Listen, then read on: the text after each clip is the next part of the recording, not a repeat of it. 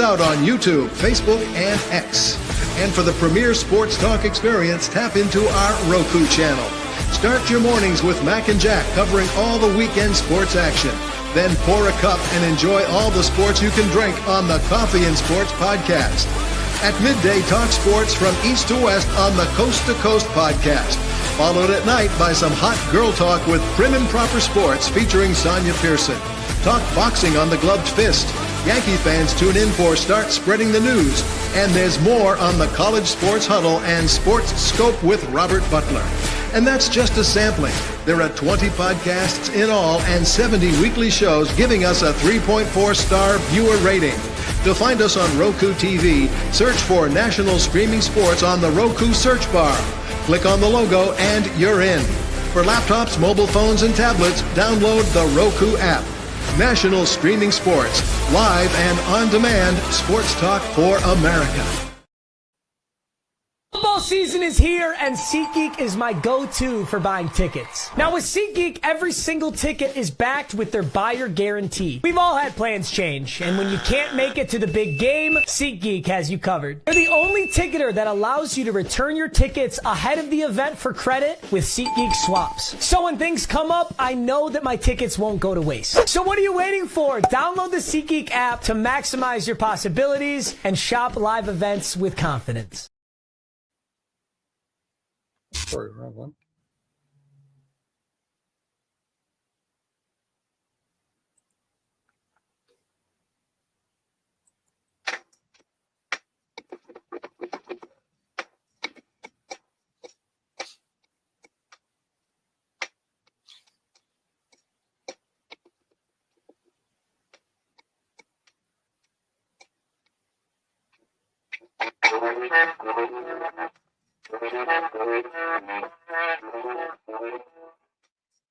We made it through Wednesday, and welcome to the Professional Sports Show. I'm your host, Mac, with your co-hosts. Let me pull this down so you can see their beautiful mugs. We have Bo Crouch, who is one of the hosts on Coast to Coast. He's got other things going on too. He's a busy guy, as we call him. He almost wore his shades for the show, so that would have been very fun. We have James Martin, who the J Train, who there he is. So James Martin, who is on the J Train Friday Night with the Fellas, and also he got in the Saturday debate show with us. So good evening, folks. Good evening, everybody out there. Glad to have you. And you know, when I look at the NFL has a way of staying in the news all the time, right? I mean, they always have stories. You know, you got the combine coming up, free agency coming up. Then you got the draft coming up month after month after month. So they have a way of keeping the NBA out of the headlines for the most part. So I want to get in a couple of them, a couple things here with the NFL. First, February 27th to March 2nd in Indianapolis, the combine is open to the public. Now, if you guys had a chance, would any one of you go to that to watch these young players?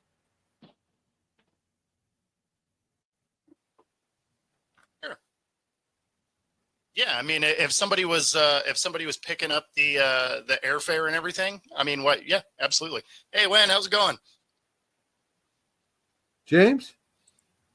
Yeah,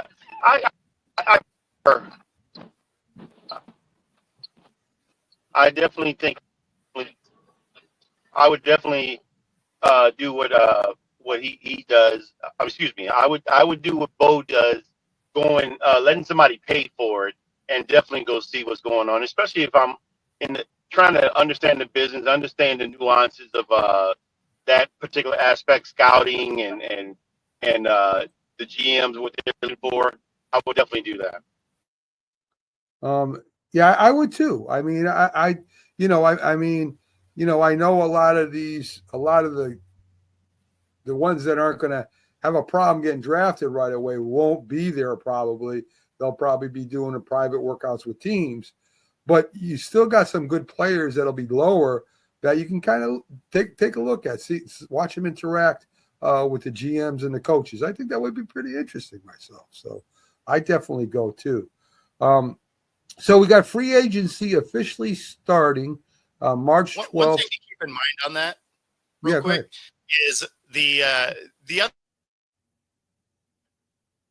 other thing that would be beneficial for guys like us is getting out there. You'd get to meet all their scouts, or the scouts. You'd get to meet the representatives, stuff like that. So you would actually have an easier path to try and get some of those kids on shows also. Yeah. So, great.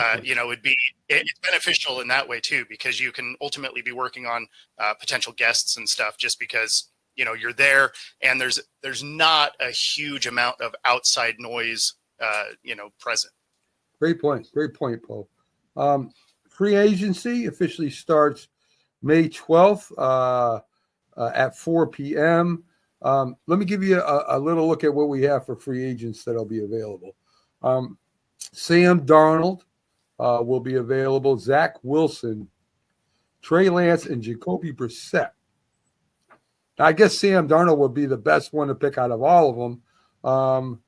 Zach Wilson, Trey Lance hasn't really shown anybody anything. Jacoby Brissett, pretty good bridge quarterback, right? I think he is. I just think that he hasn't really shown. He's been up and down, and I don't know if it's because the team that he played for, it really didn't have a lot of talent around him. But you saw the kid Drake May show that he's talented and that he's the future and the franchise player for that particular team. But somebody's going to bite and take the bait and take him as a bridge quarterback I could see the Raiders. I could also see Cleveland. I could see a couple other teams that would take him and have him, as a second string or a bridge quarterback for some rookie that's coming in. Okay. All right. Wide receivers. I could see a team like Miami. I could see a team like Miami picking him up just because you can never trust if Tua's going to stay healthy. I could see Brissett being in that type of scenario. Someone will take Darnold as a bridge, probably. The other guys, man, they may be finding their way out of the league. Yeah, I could see that. I mean, I think Zach Wilson and Trey Lance were drafted so high that they might get a chance to stay in the league, right? I mean, Zach. Yeah.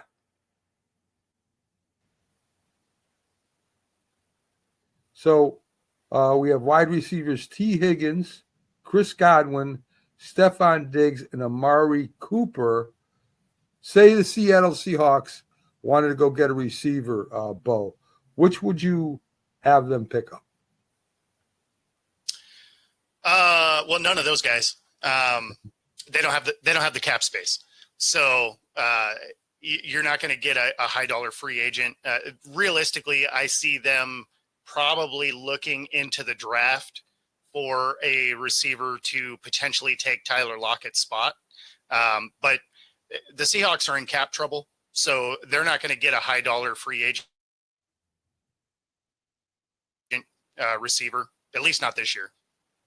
You don't think they could work the contract like a lot of teams do to maybe make room for him? No, because DK is hitting the cap for like 31. Wow. All right. Okay. How about you, James? I mean, your team, the New Orleans Saints, pretty high salary cap too. If you had some room, which one of those T. Higgins, Chris Godwin, Stephon Diggs, or Amari Cooper would you want your team to pick up?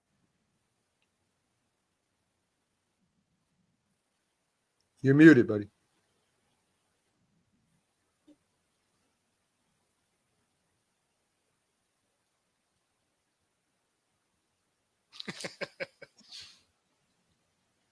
This is probably the smartest thing he's ever going to say, too, when he's muted. James, can you hear me? You're muted. Man, you're muted. He's probably making a good point, though. Yeah, he is. It's probably, like I said, it's probably so in depth that maybe it's not ready for air yet.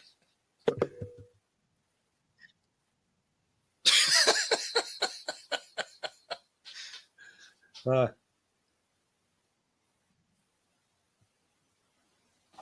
man. I'm talking. The mic muted. We were trying to tell you. You weren't paying attention. You were so deep in thought. Yeah, so I will say, I'll just repeat this. Look, I'll take T. Higgins out of everybody, but the only problem with T. Higgins is that everyone is going to be buying for his services, and the price is going to go up on him. And I think it's going to be a little bit more than what he's worth. I think he's a great number 2, and he could be a number 1 for some teams, but not worth the money that someone like a Jamar Chase is going to command, or someone in that ilk.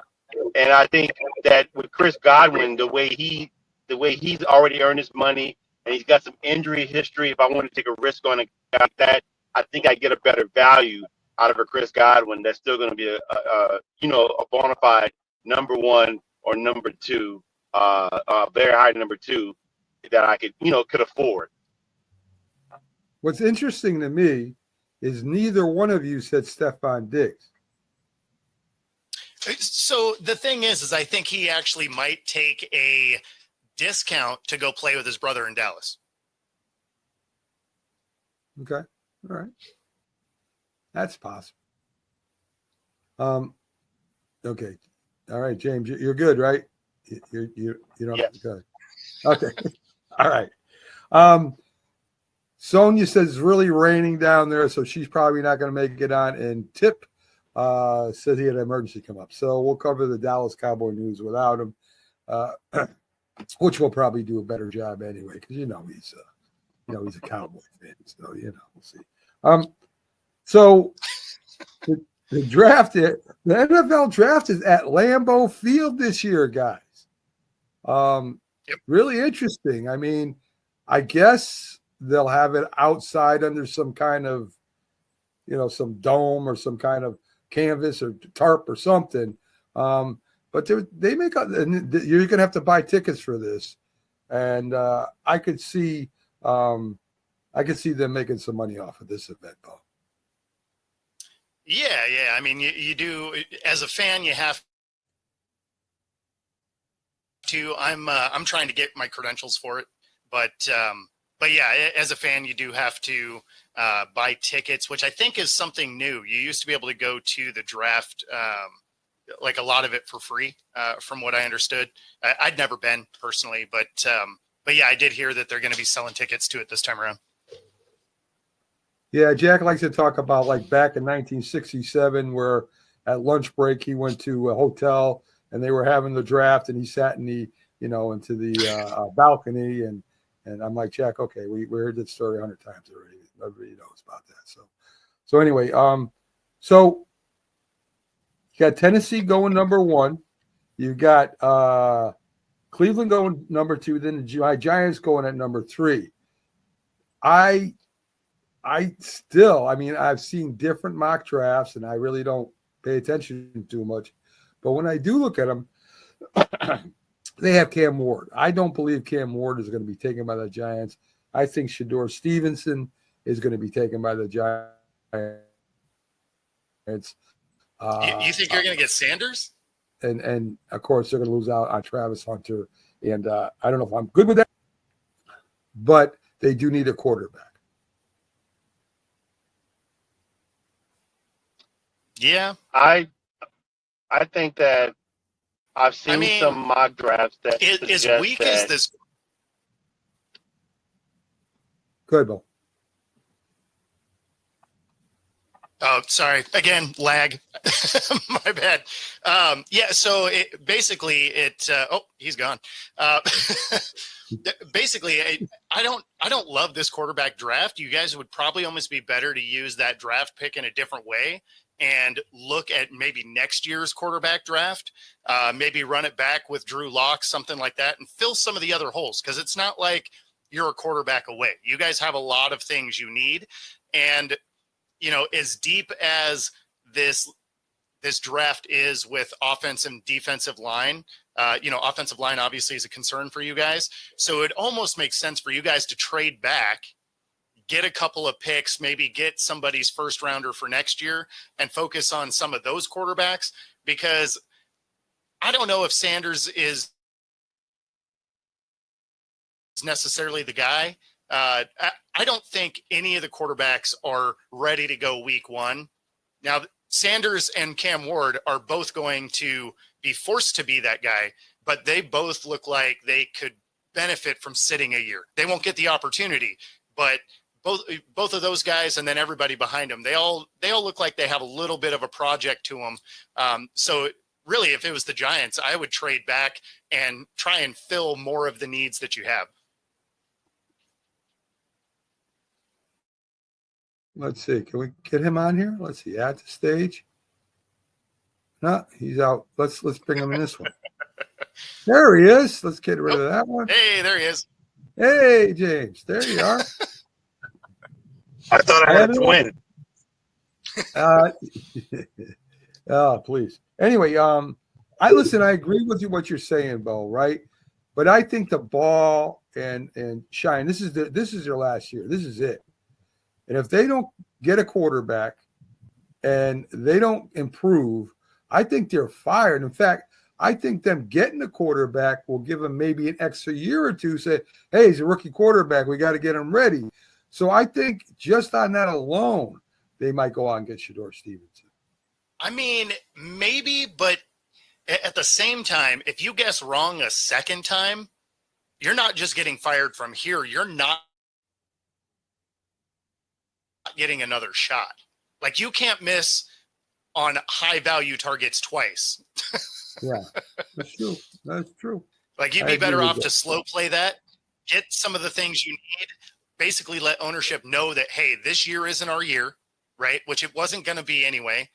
You have the Eagles in Washington. They look like a little bit tougher task than your team is ready to handle. And so, this year isn't going to be your year. So why would you rush to a quarterback that probably needs at least a year to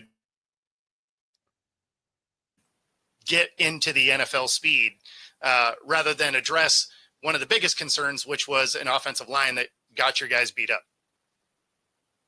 Listen, I agree with you there. I hope they're listening to you, Bo. I really do. Definitely they aren't. So, James, New Orleans goes 9th. I mean, I guess they're in a rebuild maybe, or are they in a retool? Where do you think they need help at? Everywhere. I definitely think they could use offensive linemen. They could use quarterback. They could use an edge, safety. But at number 9, you're probably going to pick someone either offensive line. I like people, and because of his short arms, I like to keep inside the guard and use the guard.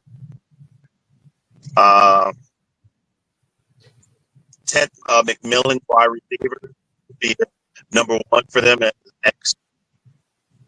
That's just everything. Ashton Genty, some drafts that would pair Kamara, considering right back. with the Eagles. Yes. Bo was attacked by something. I'm not sure if it was one of those spiders or something. But his desk moved. And maybe there's an earthquake going on here. I don't know. Maybe we'll have a breaking news story with Bo with some kind of earthquake or hurricane or something. So we'll see if he gets back on or not. So we got Dallas at number 12. Like I said, Tip ain't going to make it in today. They didn't do too well in their free agency last year, that's for sure. They kind of messed that up. They normally draft pretty good, James. They normally do. They may have to fill some holes too. They have people that haven't signed yet, and they got like Martin may leave. He may be done. So they got some concerns over there on Dallas' side too. Look, there's been some mock drafts in regards to Dallas picking because they need a running back. I can see that definitely, but also they need also line. So but I sincerely doubt that will fall to number 12. So I don't think there's any other lineman that will work at that pick. At 12, so likely a running back, and they're probably going to do some as well. Yeah, I would think so if they want to improve that team from last year. That's for sure. There's Bo. Bo's back. Bo, you okay? Yeah. So weirdly, my dog figured out how to open a door, and so I had to make sure that she didn't break my door. But somehow she was able to turn a doorknob. And so that is a problem moving forward. Yes. Yes, it is. I was like, what's going on? Earthquake or something? It looked like it was a little shaky there for a second. Well, because she ran in here and immediately ran into the leg of my camera. Okay. And that's why I was like, be right back. All right. So yeah, but then she immediately laid down. So I guess she just wanted to be in here with me. I don't know. All right. Yeah, there you go. We were talking about Dallas, what maybe they would go for as far as the draft goes. There is talk that Parsons may not be there this year, according to Ian Rappaport, that because the contract is so big and new coaching staff, and Zach Martin's retiring. You got a couple other defenders that could possibly leave. What do you think Dallas does? Yeah, I mean, probably one of the things they have to do also, I mean, there's a lot of teams that are going to benefit from the fact that this draft is kind of deep when it comes to the trenches. Dallas is another one where they're going to have to fix their offensive line a little bit. That was some of the issue that he's going through it. That was one of their issues that they had. Them moving on from Parsons probably makes sense. Not because I don't think that he's a hugely impactful player. Of course he is. They have some very real cap issues. He's going into the last year of his contract. So if they were to, rather than get something done, trade him and get some more draft picks, they could probably try and rebuild pieces of this team quicker.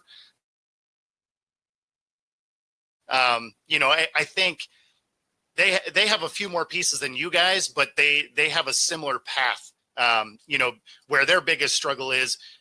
For you guys, it's a lack of talent in areas. For them, it's they can't afford to keep people. So they're going to have to figure out how to draft and stay under that cap number.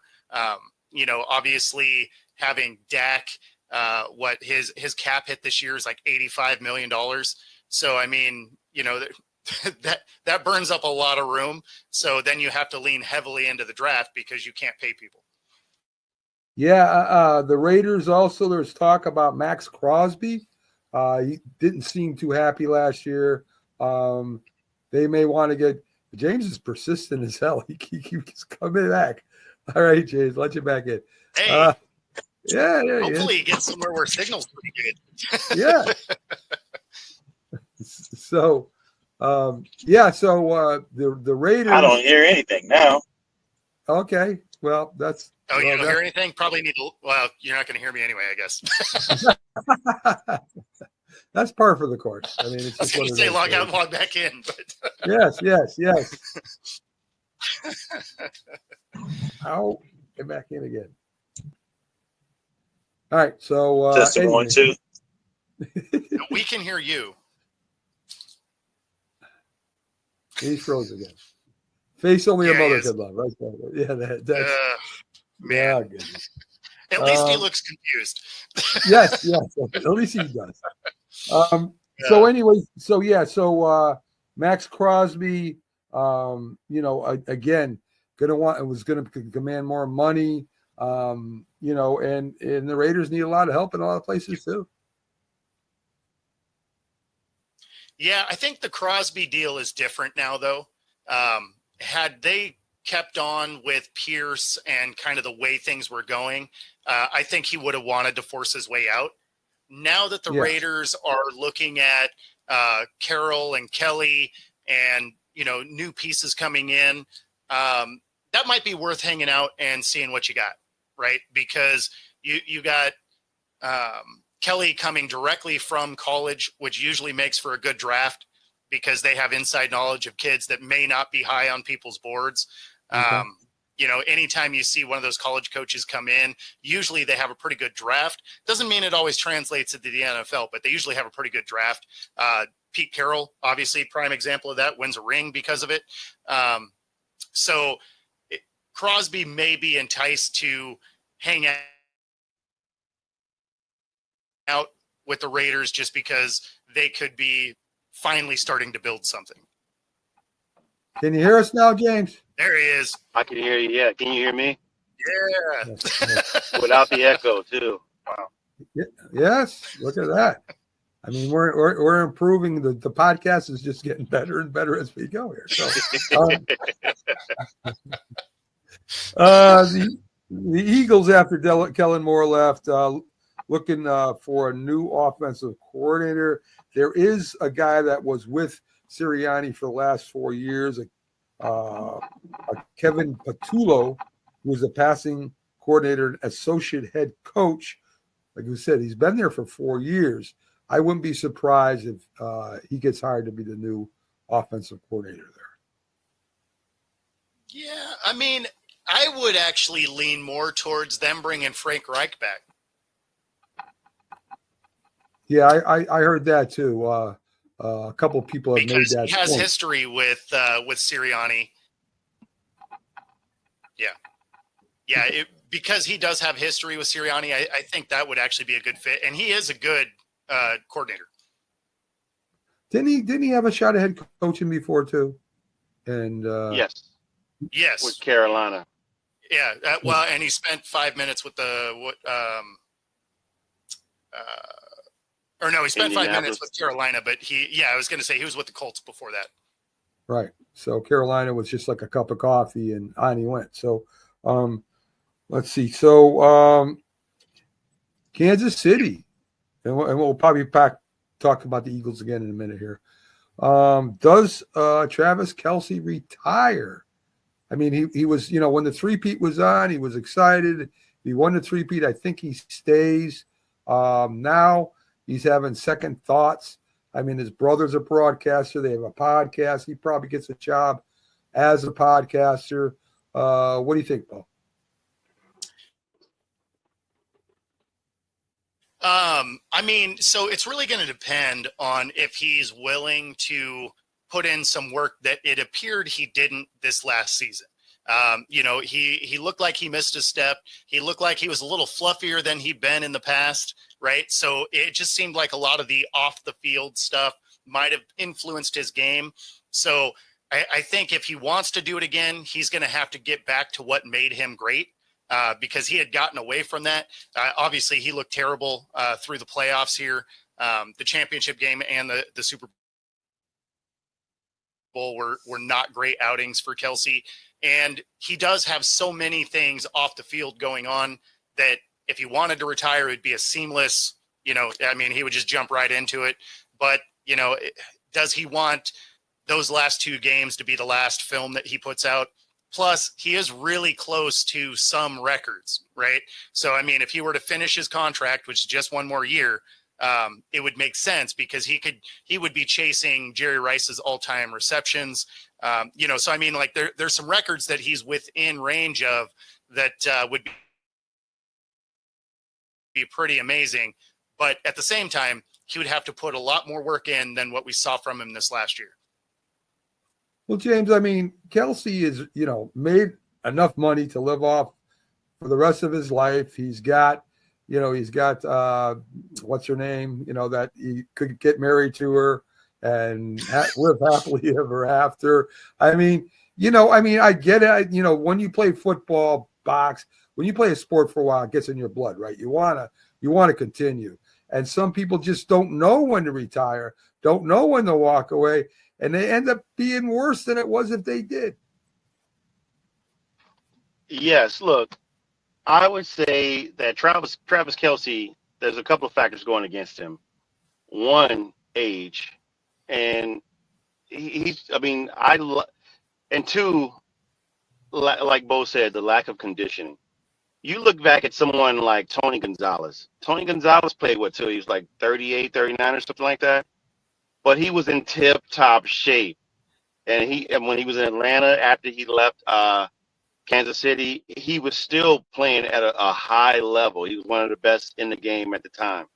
And I just didn't see that previous season from it seemed like he was not focused. He was more on Taylor Swift. Like he wasn't in tip-top shape. He looked like that boxer when Rocky in Rocky 3, when he wanted to go with that last fight with Clubber Lang, and Mickey wanted him to go to the gym and get in shape, and then he's like he put on he's more focused on his bravado and everything that was going on and having a big bash, but versus being hungry. He didn't seem like he was hungry. Yeah. So it looks like this guy wasn't hungry. So maybe that he does come back. He goes back for one last hoorah, and him and Patrick Mahomes, they get ready. They go out and they send him out with a bang. He tries to win another championship, but I just don't know, Mac. Unless they add another great receiver there and gets a couple other guys, they're great. But it looks like Philadelphia wants to be great too. Well, I mean, keep in mind, though, they do get Rashee Rice back, right? He tore his ACL in week 3, and he was looking like that dude, up until that point. And so you add him with Worthy, who obviously looks like a threat. The receiving core looks like it'll be all right. That being said, even if Travis Kelce does go and get conditioning, they probably need to target a tight end in this draft, because even if he does come back, that's still not going to take away the fact that he's kind of lost a step here. And so one of the other things he'll have to understand coming into that next season is he may be playing at a little bit of a diminished value from what he has been used to playing throughout his career. And the Chiefs definitely need to get offensive line help. I mean, the Eagles got a great defense. Don't get me wrong, but God, he was sacked constantly, harassed constantly. They definitely need help on the offensive line. Let's see if they can, turn it around. I don't think they can this year, but we'll see what happens. Some questions, I told Bo, I was talking to Bo before the show, we pretty much, we covered the Super Bowl. He covered the Super Bowl. Everybody's really covered the Super Bowl. But there are some questions I think that need to be asked going forward. First, what are the Chiefs going to look like next year? I mean, what are they really going to look like? Are they going to be, will they even win their division next year? Yes, I still think, unless Sean Payton, I mean, look, I do think that the Broncos have a chance, but they still have a lot of work to do. I like Bo just said, Rashee Rice is coming back. He was looking like that guy. I agree with that. And then you have Andy Reid. Andy Reid, man, it's just, and Patrick Mahomes. It's like you can dump everything around you and still build from ground up with a guy like Patrick Mahomes. But you just got to have the weapons around him. I mean, just average guys. If you have average guys, I think, I do think that Rashee Rice he's not elite, but he's good enough to make that offense look great. And the guys around. I mean, I don't think DeAndre Hopkins is coming back. They probably had him for a one and done. And Juju, yes, probably done as well. So they got to go in free agency. I'd be surprised. I don't know what their cap looks like. Maybe they're in the running for getting a T. Higgins. I don't know if they can afford him or not. But yeah, I mean, they might be able to. I mean, but you got to say someone like Chris Jones just broke the bank. So I'll be interested in knowing what their cap space looks like. So They need to get somebody in there because it showed that they had problems when you had a couple of rookies for the Eagles shutting down wide receivers. Yeah, I mean, is Patrick Mahomes, has he lost something? I mean, all year, listen, he didn't look that good this year during the regular season. He throws a pick six during the Super Bowl. Look frustrated, look confused at times out there. I mean, I'm not saying Patrick Mahomes isn't one of the greatest quarterbacks in the league right now, but has he lost something off his fastball, Bo? No, I mean, really in the Super Bowl, obviously he was just harassed and the offensive line didn't do anything for him. I mean, they were able to get there with their front four on defense. I mean, they didn't even throw a blitz in until the third quarter, and you wouldn't have known that based on the stat line. But I don't think it's necessarily that. I mean, it's just some of the plays that are cardinal sins for quarterbacks that he's gotten away with his whole career. He got burned on a few times this year, right? Is thrown across the body where he's gotten lucky and been able to complete those passes through the first, 5 years of his career. But I mean, eventually law averages, like, you're going to get burned on some of those, and these defenders are fast. So at some point they're going to find a way to do that. And one of the biggest things is keeping Mahomes contained, which is what they were able to do in the Super Bowl. If you are really disciplined on defense and keep him contained and actually make him go through his progressions, that's not the best part of his skill set, right? His skill set is being able to extend plays and then create opportunities. If you leave him in there and you get him moving around within the pocket, progression reading isn't the strongest suit of Mahomes. I agree with that, definitely. James, I mean, no more look passes, no look passes, right? We're not doing this anymore. We're going to look where we're throwing the ball.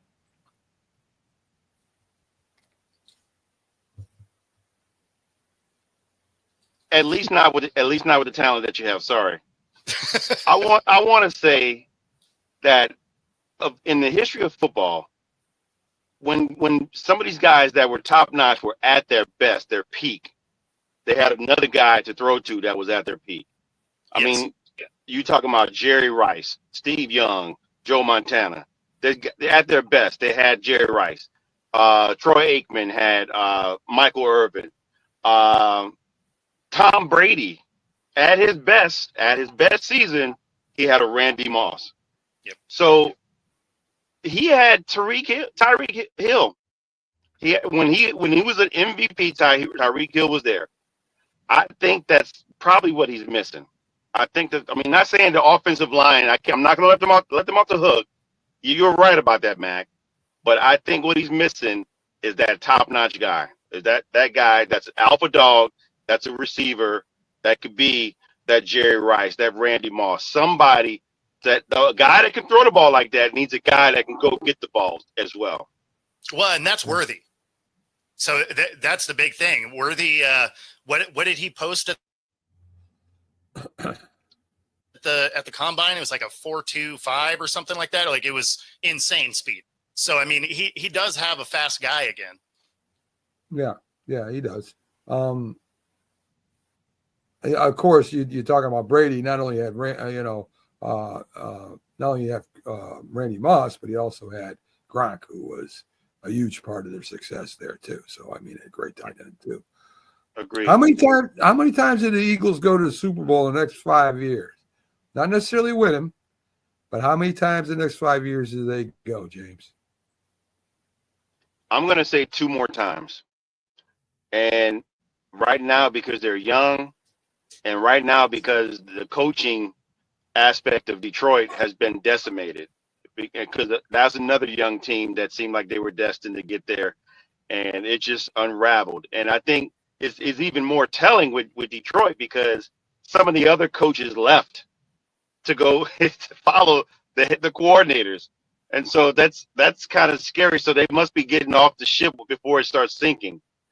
So I'm just thinking that the Eagles got a couple more years out of Saquon Barkley as their guy, but they gotta get an offensive coordinator, and that's going to be scary to me. If an offensive coordinator comes in and just fills the shoes immediately of Kellen Moore, I'm a little more concerned about getting Kellen Moore in New Orleans as the head coach, because I'm like, was it the team or was it Kellen Moore or was it both? You know, the question's up there. I think Kellen Moore made it more of a running team than passing team.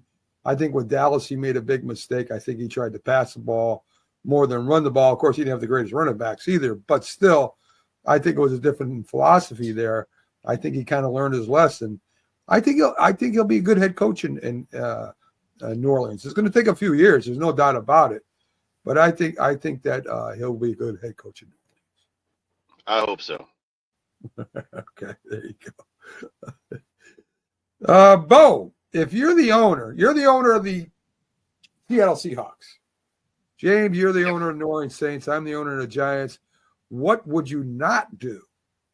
What would Howie Roseman be worth to you to try to get him away from Philadelphia? Because we know he's the architect of that team. I mean, the guy to me is worth as much as a good head coach. I would do everything in my power to try to get him away from the Philadelphia Eagles. What do you think?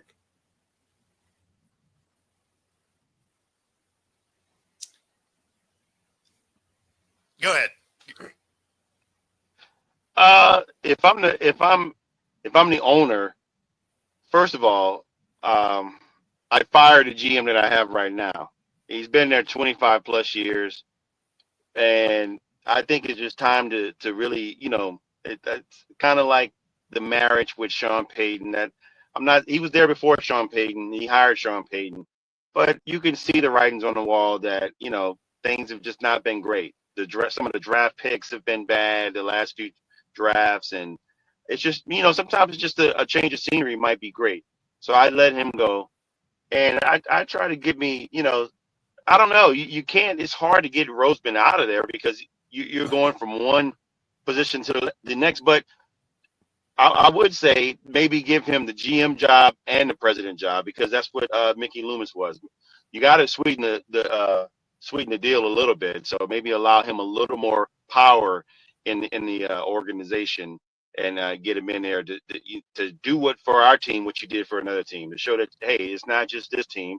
It's not just the organization. It's just, maybe it's Howie Roseman. Maybe you can come here and do the same thing for us. Your job is done there. We'll give you a little more power here. So, Bo, he's not just in the draft. I mean, he finds jewels in the draft. There's no doubt. But, I mean, he signs a lot of players to one-year deals. He fills in every year. He seems to fill in. The Eagles seem to just refill, right? I mean, even when Saquon wasn't there, they still were successful with Howie Roseman as their GM.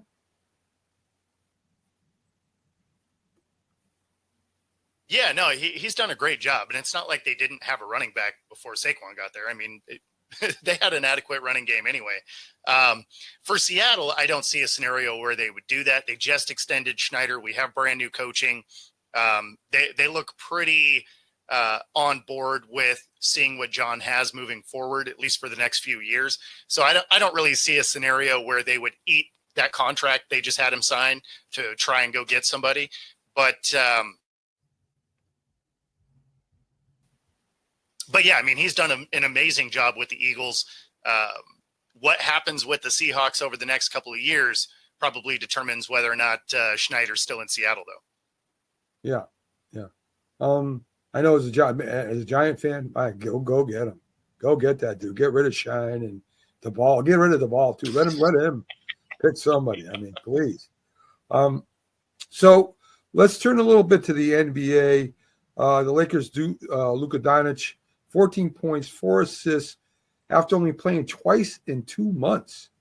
So you could tell he was nervous in the beginning. It looked like LeBron felt comfortable with him on the floor at the same time. I think they'll be playing a little bit more separate because they're almost the same player, right? They both bring the ball up. So I think they're going to start doing that a little bit more. You got Reeves there who wants the ball too. So there's a little bit of tug of war there, I think. But I think that this is going to work out better than people thought in the beginning, James, who said, oh, no, this isn't going to work. Yeah, and then I think there's a little bit of there's no contention about which I was thinking. There's a little bit of communication in regards to LeBron James not deferring, but playing off ball a lot more. He's gotten better with that, and you can see he'll take the pass underneath, and he's a big guy. He's like a freight train coming down there, so he can play the 5, he can play the 4, he can play 3, or of course point guard. But LeBron James, man, I think they still play together, and I don't know what JJ Redick wants to do, and I'm pretty sure he's got some designed schedules for certain players to play together, but they're still up for a big. I think they just got a guy in Europe. That's what they really need. They need somebody that's obviously he was a lottery pick before in the pros, and he was playing in Europe. He's 31 years old. Alex something, I forgot his name, but 7-footer. Yeah. So they got a 7-footer guy to help them, and of course Jackson Hayes is their starter right now. So we'll see. I think I was talking to you about them not having a good bit of defense, but I think I might be wrong, because I think the last month or so they've been highly rated defensively. So we'll see. But of course that included some games with Anthony Davis too. So I mean, take that for whatever it's worth. But I definitely think they have opportunity here. We'll see how it goes.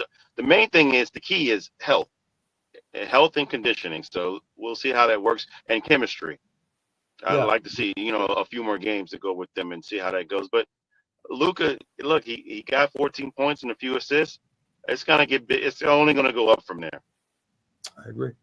Bo James is a youngin', so excuse him, but yeah, LeBron runs like a freight train down there because you can't touch him, right? You can't foul anybody anymore. Yeah, there's that. So he gets all those easy baskets that would have never happened if he played back in the 90s. But anyway,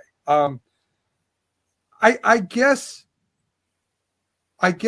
the Dallas fans, since Anthony Davis got hurt now, he's going to be out for a few weeks with his. He got hurt. Oh, shocker! Who knew? I know. The left abductor is hurt, so he's going to be out for a few weeks. He said he didn't think it was that bad when it got hurt, but of course, he's a doctor, so we all listened to him and said okay. But listen, Anthony Davis, for Dallas to work, Anthony Davis has got to be in the middle. For Dallas to work, he has to be on the floor. Like this trade didn't make any sense in basketball terms, right? So you do this deal in the middle of the night because you just want him out of town, and you trade for Anthony Davis, who's largely been injured for his entire career, right? He's had a season and a half that he's been healthy, and he was mostly healthy last season, but he's that guy that it's just a ticking time bomb. Like, he's gonna get hurt. It's not if, it's when, right? And so you trade away your future because you trade away a guy in Luka that you're saying is out of shape, but he just took you to the finals and has been all NBA 5 years in a row. Like, I don't really know how much more you want this guy to do, right? And then you're going to send him to the Lakers, who need the guy of the future. LeBron's only going to be there a couple more years, and he's shown over the last couple of years that he can play off ball. So I didn't think that this was a bad move for them anyway, because he can play that off ball position and let Luka be Luka. When it comes to the Mavericks, I don't know what their thought process is. I'm sure Cuban is just killing himself for selling so much of this team, because they have basically destroyed any future of this franchise. I mean, they're going to be a bottom team because, again, with AD going there, you're like, okay, if AD is perfectly healthy, say he doesn't get hurt, which, we got to get way into make-believe land, but, still stay with me here. So You mean to tell me that now you have a team with AD and Kyrie where neither one of those guys are that guy, right? Like none of them want to be the alpha guy. They want to play ball, right? Similar to KD, right? Where they play their best ball is if someone else is the floor general that's controlling the show, that is that alpha dog, that guy, right? All three of those guys are elite talents, no question. But anytime they've had to be the guy, it has not worked. And now you're back to a situation where you have Kyrie and AD where they have to be the guy, and it's not going to work. We've seen it not work. Right. Well, speaking of injured players, Joel Embiid is going to get, I guess, surgery after the season's over. He's played a whopping 13 games so far this year, so they're getting their money's worth for him. I mean, I guess you trade him in the years out. What do you get for him? I don't know now. I mean, it's not like he's, going to take you to champion. I don't think going to take you to championship by himself. Anyway, you can't really build a team around him if he's hurt all the time. So, Bo, back to you on this. I mean, what do you do now? Are you stuck with Embiid? Yeah, I mean, you're stuck with him. Like nobody's going to want what you're paying him. So unless you're just going to give him away, he's your guy, I guess. I mean, you sort of have to start building like he's not on your roster, but he's going to barbecue your payroll for a while. James, I mean, Maxey is the leader over there now, right? He's the leader over there. He even got ticked off at Embiid, and they had some words, and Embiid's fighting with his teammates and fighting with people in the stands. Guess he's frustrated. But it's not the fans' fault that you can't play and you're playing bad. I mean, that's kind of dumb. But what do you think? I mean, do you think that they can build a team around Maxey? It's going to take a few years. Of course. I mean, there's a few key pieces there already, but Embiid has to be the one that has to go. I mean, not only is he a player that cannot stay healthy, but he's a distraction now. And he's getting older. It doesn't get better by the minute. I mean, it gets worse. I mean, clearly 13 games is not anything to chalk, especially when we're past the half point of the season. I just really think that Maxey, he what is he averaging? 27 a night? He's killing it. He's killing it, man. But he just need help. He need help.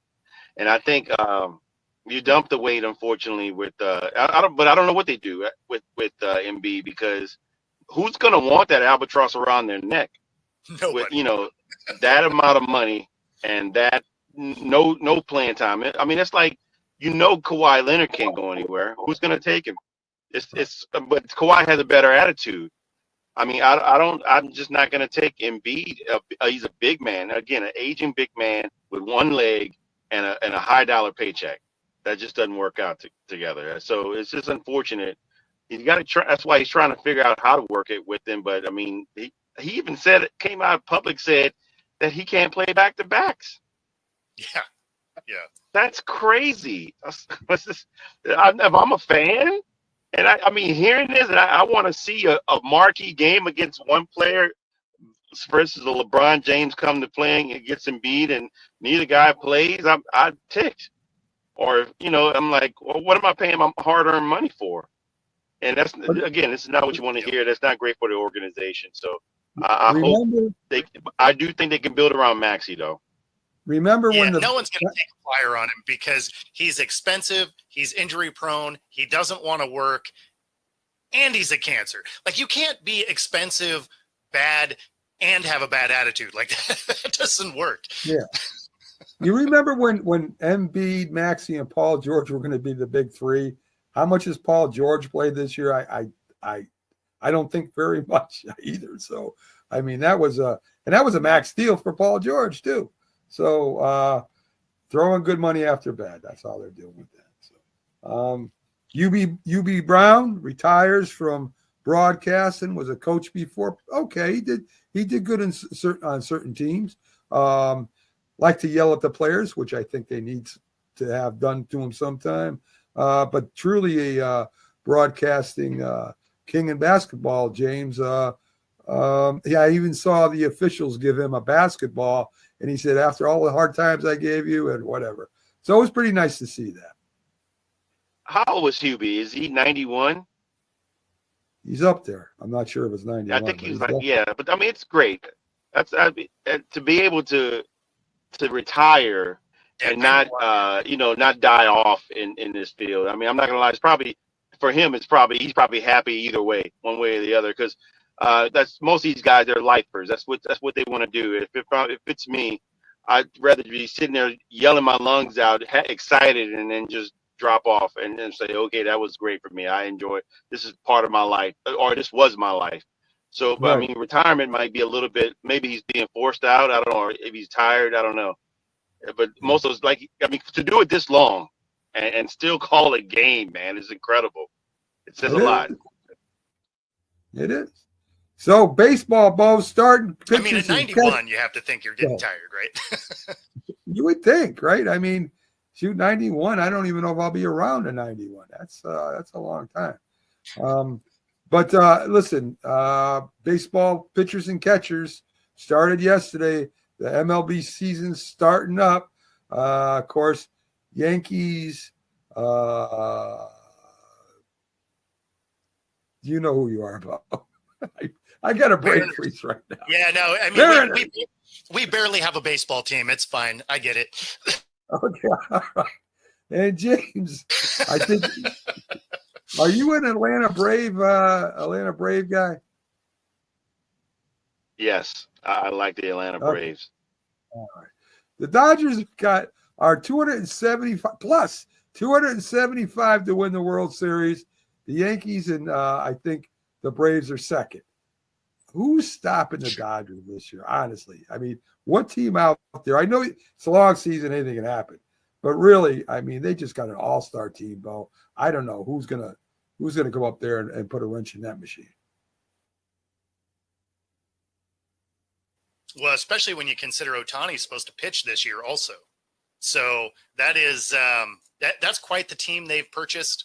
They really need to figure out a salary cap for it. Baseball needs a salary cap, but they need a salary floor also, so that teams like the A's don't exist, right? Like, make them actually put a roster together that makes sense. But then let's also make it so you can't just go buy rings, right? Like, yeah. How about we make the sport competitive? That'd be pretty cool. Again, as a Mariners fan, where we routinely just get smoked, and we did nothing in our off season, which is frustrating. So it's why I've carried this hashtag for years, from hope to nope. Like, that is the Seattle Mariners for you. Well, I mean, I don't know if you could do that. Well, 2 points.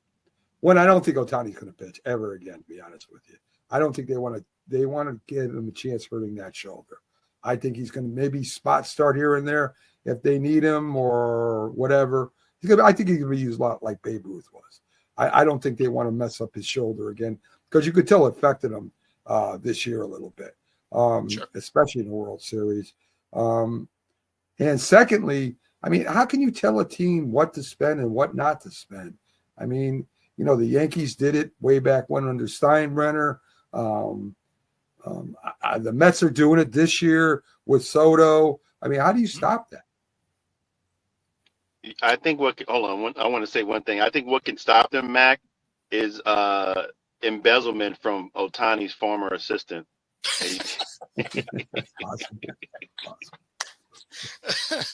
Yeah, no, I mean, just putting a cap on it would be a true salary cap for baseball would probably even out some of the playing field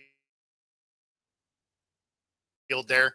And nice. I don't mean like a ridiculous hard floor, but if you're an A's fan, are you happy with the way that organization's run? Of course not, right? So, and it's because they pay as little as humanly possible. So it would make sense to have some sort of base, right? Because there is a minimum wage in baseball, just like there is anywhere else. So, I mean, you can make it so that they have to try and spend some money. Yeah, I mean, that's the biggest thing is if you put a hard cap cap on it. It's why the NFL, it tends to be competitive, right? And generally, when you're looking at the playoffs, you have, 4 or 5 teams that weren't in it the year before that are in it that next year. Those are some of the things that are kind of missing from baseball that, I think would draw more people in, because it's tough if you're a Pirates fan or, the old Expos, right? Like where they were just getting smoked all the time. There's a reason that, some of these teams go away because they have ownerships that don't want to do anything. And so if there was a cap and it made talent move around the league a little bit, it would probably make it a little more balanced. Okay. Well, we went a little past our time tonight, folks. I want to thank you for joining us.